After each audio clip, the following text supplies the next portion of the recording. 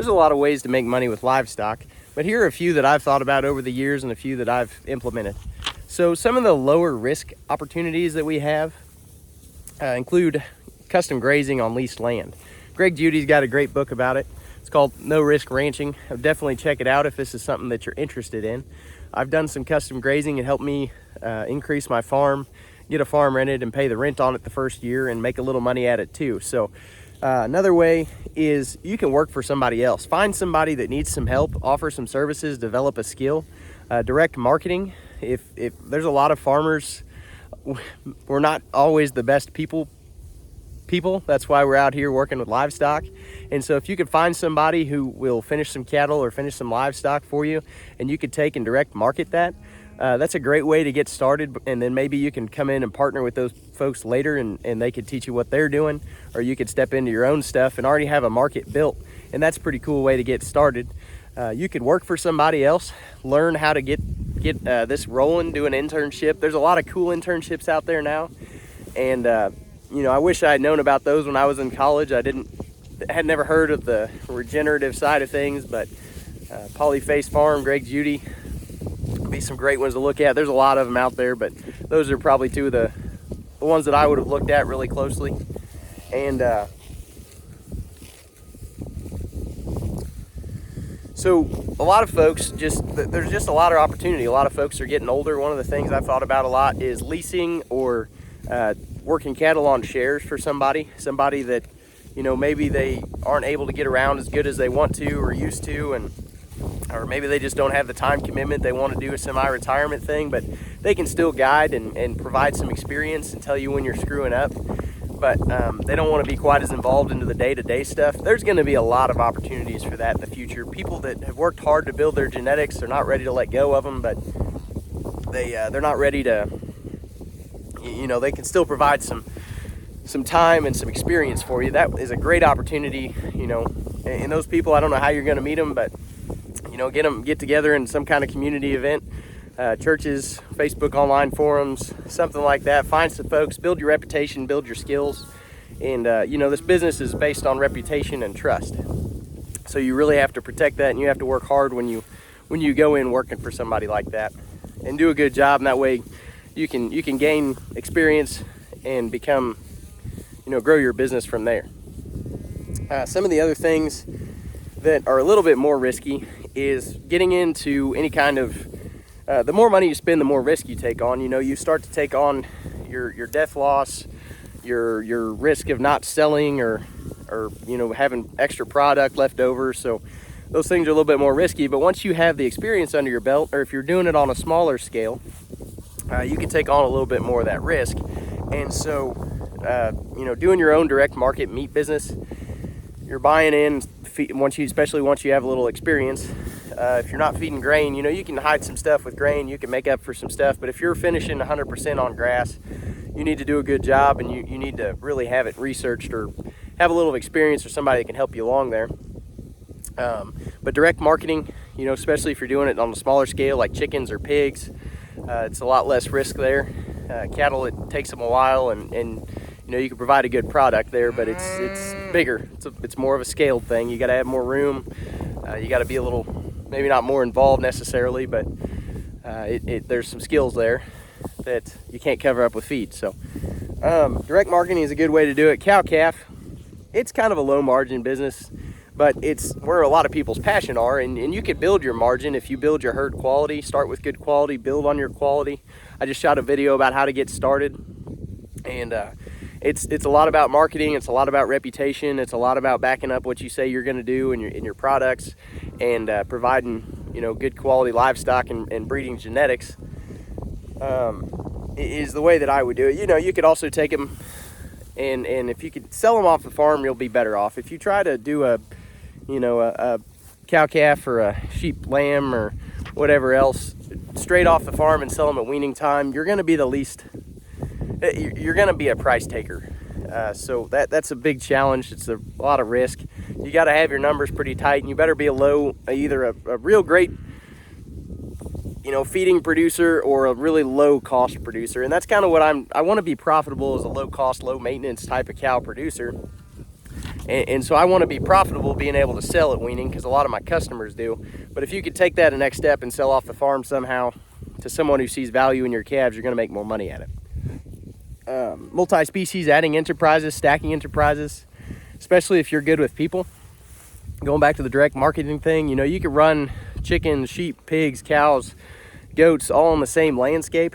It's a different skill set, and especially if you're on a smaller scale, smaller farm, you don't have as much room to grow. Adding an enterprise or two, those dollars per acre income is a lot better on those smaller livestock. The smaller you go, but also it's, if you're trying to scale really big, it can be a lot more difficult. It can take time away from your bigger businesses, your cows, your sheep, whatever you're trying to do. So things to think about there. But in the regenerative side of things, running multi-species can be awesome for your land, and it can build the quality of your land, fertility of your land real quick. So I do like it.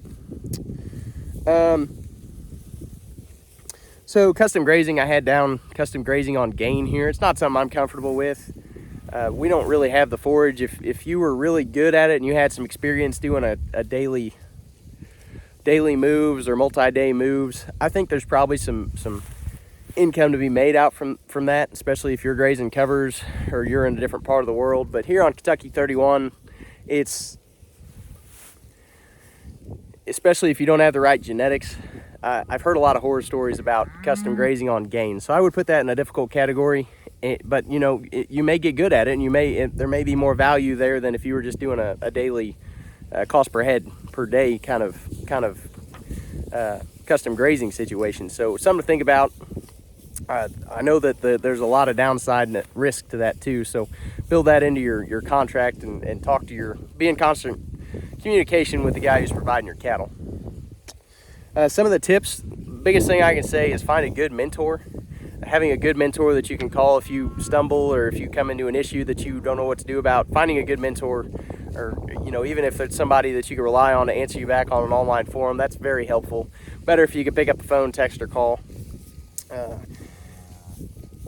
One thing that I've learned from investing books and investors, most people that you talk to that are really good with their money, is they say that if everybody else is running away, you should really look close at why. So like right now, cattle prices are high.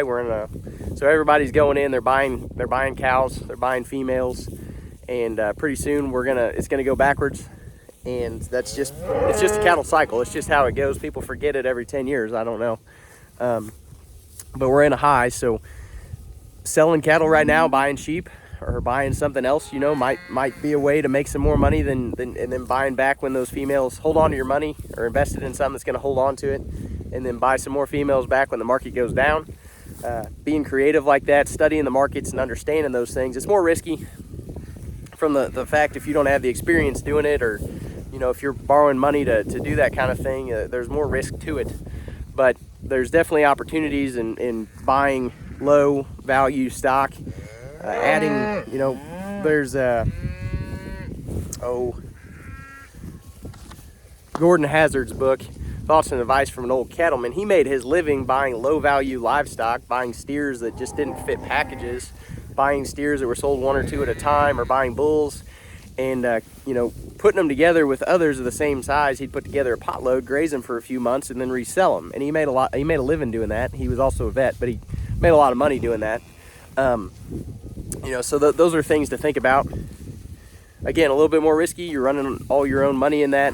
You stand the death loss, especially if you're going to be buying at the sale barn. There's a lot of things that go into that. You may want to buy that book, check it out.